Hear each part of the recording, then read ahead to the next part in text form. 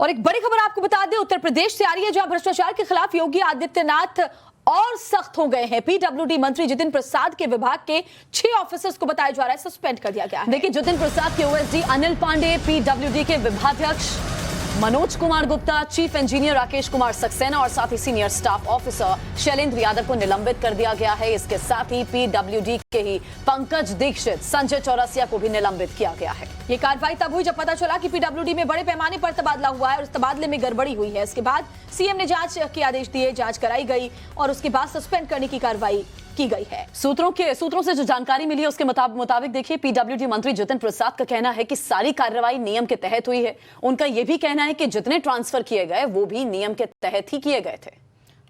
जितिन प्रसाद इस वक्त दिल्ली में हैं। वो गृह मंत्री अमित शाह से मिलना चाहते हैं। हालांकि मुलाकात कितने बजे होगी, कितने बजे का वक्त मिला है, क्या समय मिला भी है या नहीं, इस पर अभी कोई जानकारी हासिल नहीं हुई है। लेकिन जो बड़ी खबर आपको बताएं वो ये कि सीएम योगी ने ये ताबड़तोड़ एक्शन भ्रष्टाचार के खिलाफ लिया है और इसके मुताबिक पीडब्ल्यूडी मंत्री जितिन प्रसाद का कहना है कि सारी कार्रवाई नियम के तहत ही की गई है।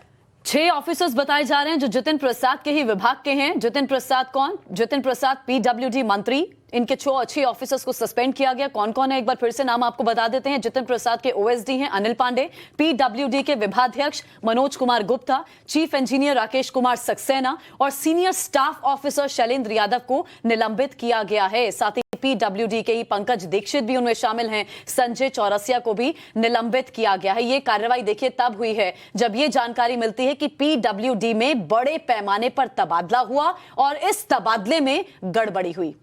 तो तबादला घोटाला जिसके बाद अब ये बड़ी कार्रवाई हुई है। जो तबादले बड़े पैमाने पर किए गए थे उसमें घोटाले की बात सामने आई और जिस अफसर का नाम सामने आया है, बताया जा रहा है कि वो मंत्री जितिन प्रसाद का करीबी भी रहा है और इसके अलावा उसी अफसर को ओएसडी भी बनाया गया था, उस पर भी ये बड़ी कार्रवाई की गई है। ऐसे में जितिन प्रसाद गृह मंत्री अमित शाह से मुलाकात करने के लिए दिल्ली में इस वक्त मौजूद हैं, लेकिन अभी उन्हें वक्त मिला है या नहीं अमित शाह से मिलने का, इसके बारे में जानकारी नहीं है। तो पीडब्ल्यूडी में ट्रांसफर को लेकर बड़े पैमाने पर करप्शन यानी भ्रष्टाचार के भी आरोप लग रहे थे। मनीष यादव हमारे साथ इस समय जुड़ चुके हैं। मनीष, योगी आदित्यनाथ अब सख्त हो गए, जैसी जानकारी मिलती है बड़े पैमाने पर तबादला और उस तबादले में गड़बड़ियां।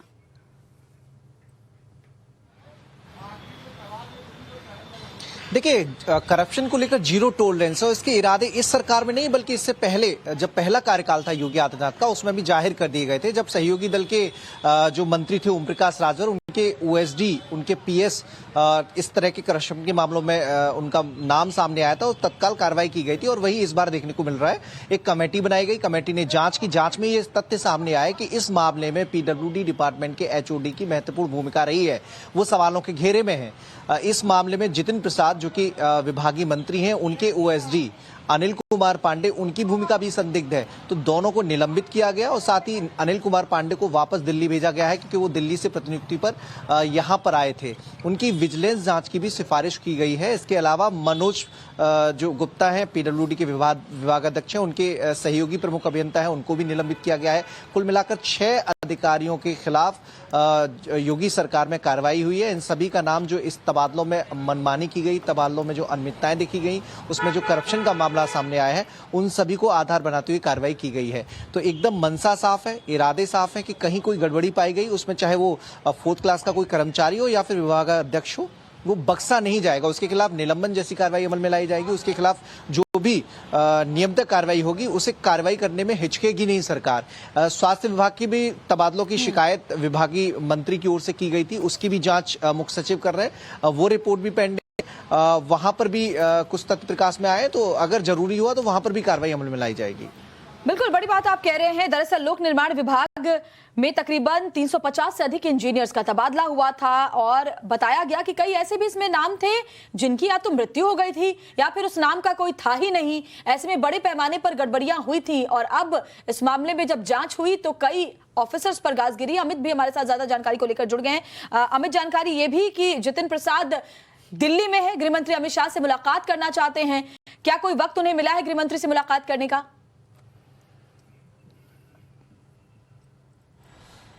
नहीं देखिए जी, अब ये जो तबादले का खेल है, ये जिस तरह से उसका खुलासा हुआ है, ये अपने आप में चौंकाने वाला है कि जो व्यक्ति मृत हो गया, जिसकी कोई कहीं कोई रिकॉर्ड में नहीं है, ऐसे लोगों का तबादला कर दिया गया है। और एक दो नहीं, सबसे बड़ी बात कि और एक दो विभाग नहीं, बल्कि सिर्फ पीडब्ल्यूडी के अलावा स्वास्थ्य मंत्रालय में भी इस तरह की खबरें आ रही हैं। और इसको लेकर ब्रजेश जो है डिप्टी सीएम है, वो भी नाराज चल रहे हैं। वहां पर भी कुछ इस तरह की जानकारी है। जल शक्ति मंत्रालय में भी आई है। तो 3-4 ऐसे मंत्रालय हैं जहां पर कहा गया है कि बड़े लेवल पर तबादलों का खेल हुआ है और पैसे का चला है। और इसी को लेकर नाराजगी जताते हुए जो जतिन प्रसाद है, कहा जा रहा है वो दिल्ली में है। उनकी कोशिश है कि इस पूरे मामले में, क्योंकि उनको कुछ दिन पहले ही उन्होंने ये बात को सफाई दी कि जो लोग थे पुराने लोग थे, मुझे उसके बारे में जानकारी पूरी नहीं है। तो ऐसे में गृह मंत्री अमित शाह से मिलना चाहते हैं ताकि उनको पूरी जो स्थिति है उससे अवगत करा दिया जाए कि असलियत क्या है और उसमें किसी भी तरह से उनका इन्वॉल्वमेंट नहीं है।